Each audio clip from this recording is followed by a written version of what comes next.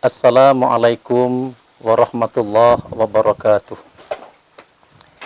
Innal hamdalillah an'ama alaina bi ni'matil iman wal islam. Asyhadu an la ilaha illallah wahdahu la syarikalah al-malikul haqqul mubin. Wa asyhadu anna Muhammadan abdu wa rasuluh shadiqul wa'dil amin. Qala Allah ta'ala fi kitabihil karim. A'udzu billahi minasyaitonir rajim. Duribat 'alaihimudz zillatu aina ma thuqifu illa bihablin minallah wa hablin minan nas. Shadaqallahul 'adzim. Al-ayah. Syukur alhamdulillah patut kita panjatkan kehadirat Allah karena semata-mata atas limpahan rahmat dan karunia-Nya bisa mempertemukan kita dengan bulan suci Ramadan, bulan yang sangat mulia. Salawat dan salam semoga tetap terlimpahkan kepada junjungan Nabi tercinta, tauladan kita semua. Para hadirin kaum muslimin di mana saja Anda berada, pada kesempatan yang sangat dimuliakan Allah ini, izinkan saya ingin mengangkat topik yakni tentang budaya halal bihalal dalam pandangan agama.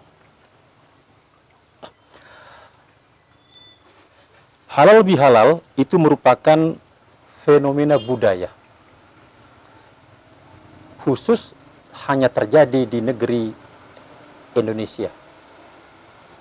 Dan sudah tentu karena ini sebagai satu fenomena budaya, itu tidak dapat kita temui di negara-negara lain selain Indonesia. Kemudian yang menjadi pertanyaan bagi kita, bagaimana dalam pandangan agama fenomena budaya ini? Ini yang akan menjadi satu pembahasan dalam kesempatan yang sangat dimuliakan Allah ini.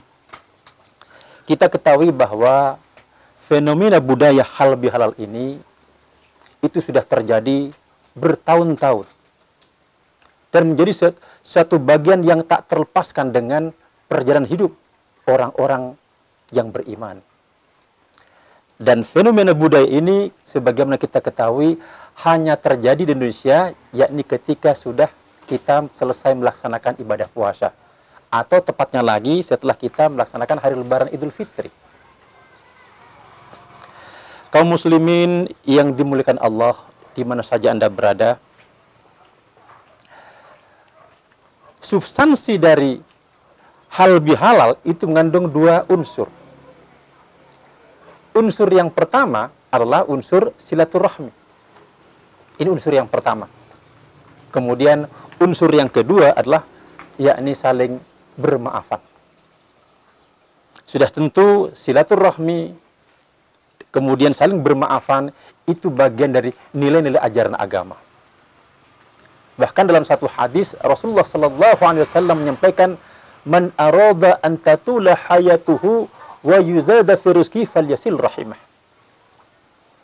Barang siapa yang ingin dipanjangkan umurnya, kemudian dilimpahkan rizkinya, falyasil rahimah, maka lakukan silaturahmi.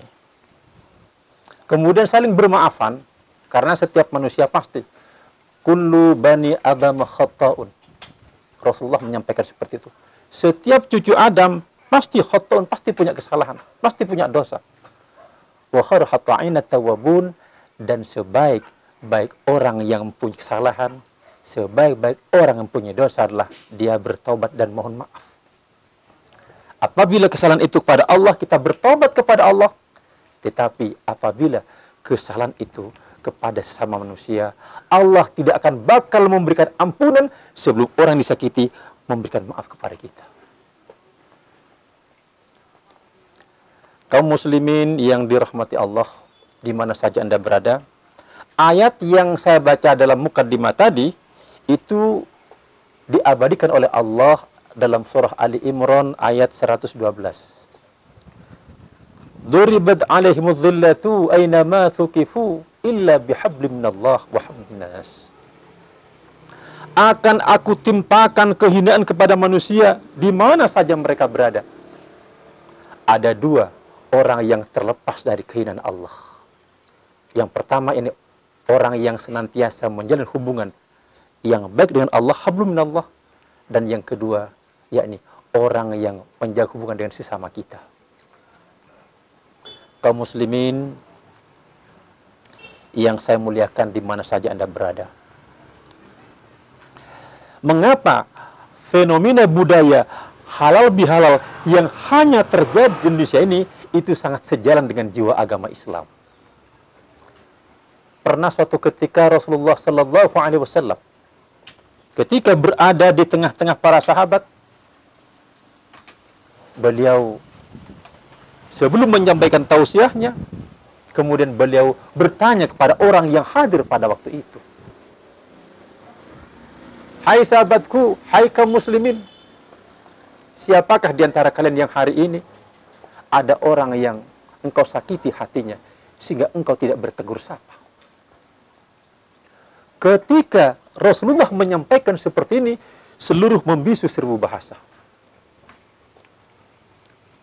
Akhirnya Nabi menyampaikan kedua kalinya, wahai sahabatku, siapa yang hingga detik kali ini ada orang-orang yang kau sakiti hatinya sehingga engkau tidak bertegur sapa? Ketika Nabi menyampaikan berulang sampai ketiga kalinya, akhirnya ada seorang pemuda berdiri. Saya ya Rasulullah. Kemudian, apa yang terjadi pada ribu hai pemuda? Terjadilah satu dialog antara pemuda dan Rasulullah. Ya Rasul, saya sudah 3 hari. Saya punya masalah dengan bibi saya. Sehingga hingga detik kali ini, saya tidak bertegur sapa dengannya. Akhirnya apa yang terjadi?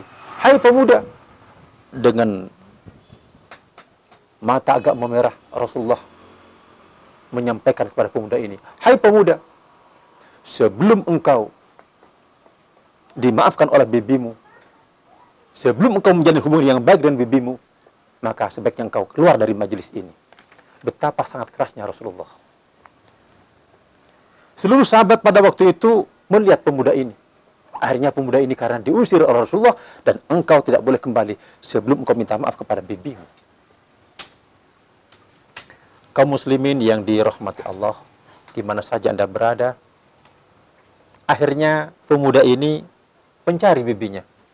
Alhamdulillah pemuda ini menemui bibinya dan dia minta maaf. Dan bibinya memberikan maaf. Akhirnya setelah bibinya memberikan maaf, akhirnya pemuda ini kembali ke majelis Rasulullah tadi. Maka sebelum dia duduk, terjadi dialog antara pemuda dan Rasulullah ini. Hai pemuda, apa yang terjadi bagimu? Akhirnya pemuda ini menyampaikan, ya Rasulullah, aku sudah minta maaf pada bibiku ya Rasul. Dan bibiku juga memaafkan. Kemudian baru Rasulullah SAW persilahkan pemuda engkau duduk. Kemudian Nabi menyampaikan kalimat yang sangat indah sekali. Mudah-mudahan kalimat ini menjadi satu renungan berharga bagi kita semuanya. Nabi menyampaikan,